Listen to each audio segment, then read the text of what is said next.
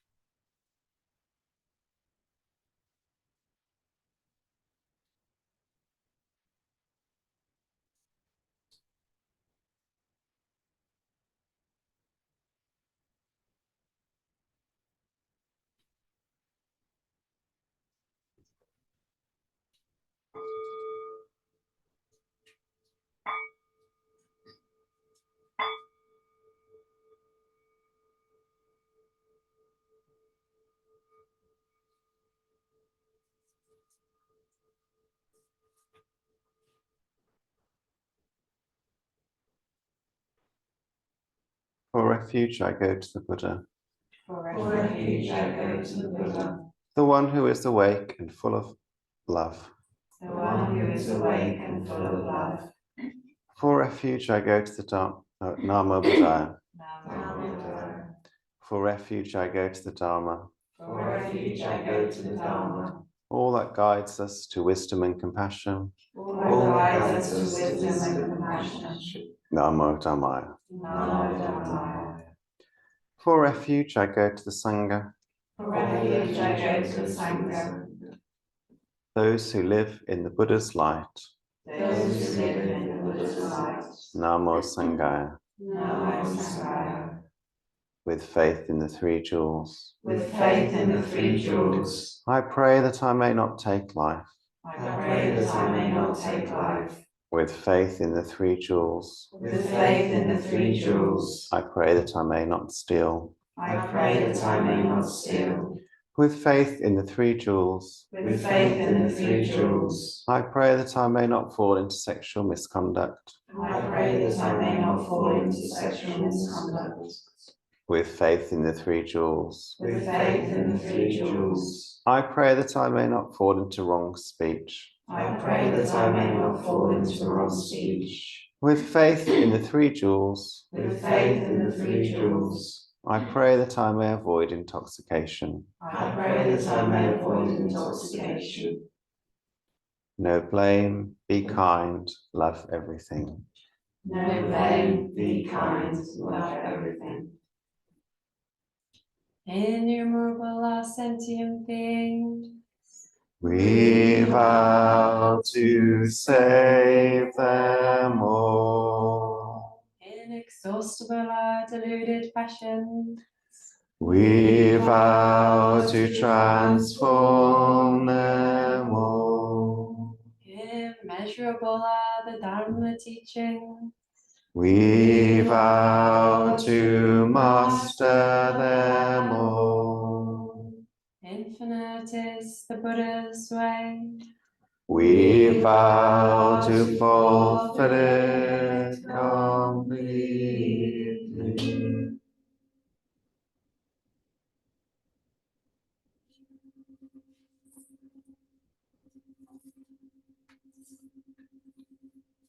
No more me to do. Philip spoke to us about progress earlier, and I was thinking about progress and how change happens earlier as well. Strangely, an image came to mind. If you want to cross the ocean on a boat,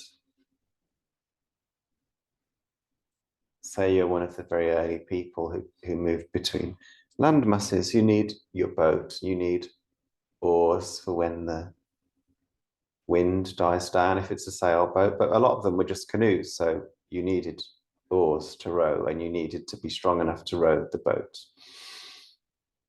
But you also needed the stars to guide you and tell you which direction you're heading in. And I think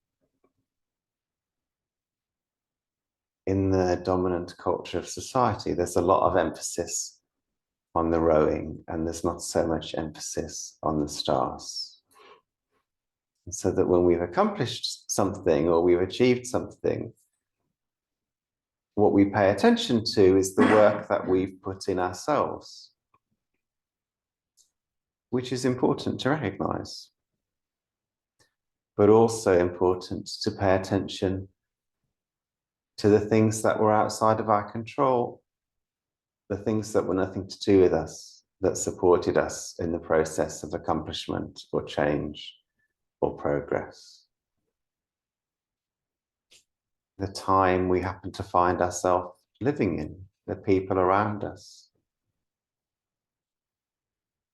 the lessons we learn, the places we're guided from, the fact we have somewhere dry to be on a day when it's really pissing it down outside. All of these things are gifts. And on the spiritual path, it can be helpful to think similarly, like I need to show up, I need to come to practice, I need to say the Nembutsu with my mala. But I also need to keep an eye on the things that are nothing to do with me, to know that there is a presence much greater than my small body and mind, supporting me and guiding me and leading me. I think ultimately, if we forget either one of these, we'll be guided back to them eventually, but it can take quite a long time. If we're only focusing on the things we're able to do ourselves, eventually we'll hit a limit of what we're able to do. And then there'll be some collapse and disappointment, failure. And then out of that experience can come an appreciation of, oh, actually, I need to receive support in order to take a step.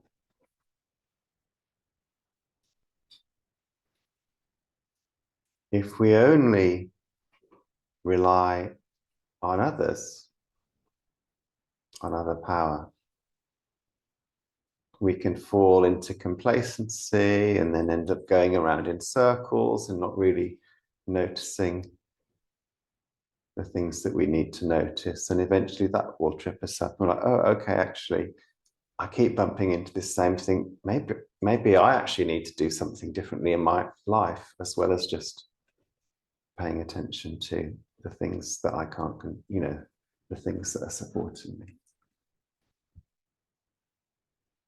So for me, it's helpful to take a middle path between self-power and other power, if you like, and keep an eye on the things I'm able to do, which might be quite small, and the ways in which I'm supported, both in a worldly sense, but also in a spiritual sense.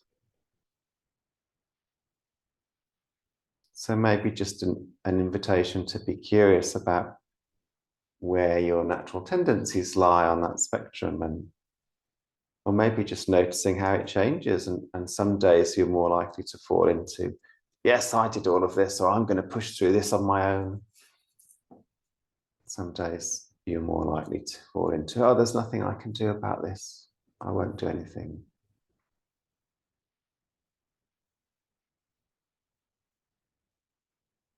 But it's important to have a place for both showing up and doing the work, and opening ourselves up to receive help. I suppose that's a very simple way of putting it, whether it's help from the immense power of the Buddha coming towards us, or help from friends, real people around us. Yeah, just the same in a therapy practice. You have to show up to the sessions and be curious about yourself, and you also have to be in relationship to something that isn't you. Namo Mitabe.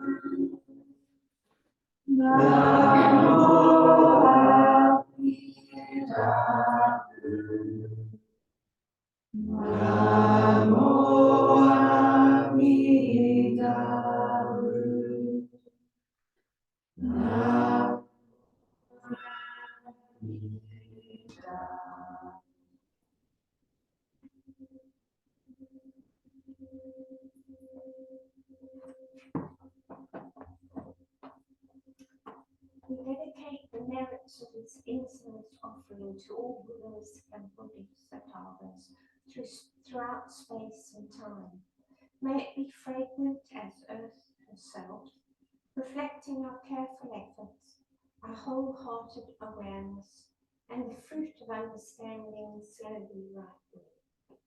May we and all beings be companions of Buddhas and Bodhisattvas.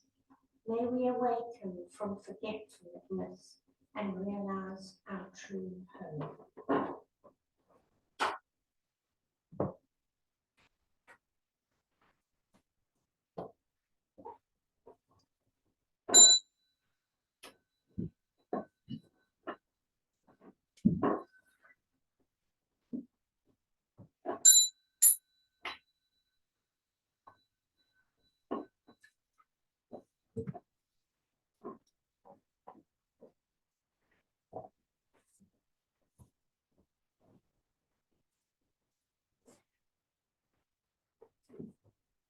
And I mean to move, so Jenny's not here this morning because her father's very ill, so we're going to transfer them both this morning. By your vows and through your grace, a pure land of you. And I mean to move, thank you. So lovely to see you all. Next week, first timers services, and we'll let you know about dates for maintenance, mindful maintenance days and retreat days and so on in due course when we've got the year mapped out. I don't think there's anything. Can I say about what we decided last night? Oh yeah, please do, yeah. So at dinner last night, so I don't have to ask people who's going to do washing up every time after practice, we're going to do a trial of having a bit of paper in the hallway so people can sign up in advance to volunteer for making the tea and washing up after the tea and Dharma glimpses. So the Dharma glimpse, you can either read your own or you can read one of the stack we'll have here. And there'll probably be, if you're not a person that likes to commit in advance, there may well be gaps. So if you come in and there's a gap, you can always just write yourself down. There was something else I was going to say as well. I can't remember what it is. Just a reminder about donations for the food bank. If you buy something extra when you're shopping, I mean, a lot of places, obviously, you can drop it off where you are, but we do have a collection point here as well. Thank you today. Yeah, thanks for Dave for keeping that sorted out. No moment. So we'll finish with the closing verse. Blessed by Amitabha's light, may we care for all living things and the holy earth. No moment to be. Thanks, everybody. Anybody there?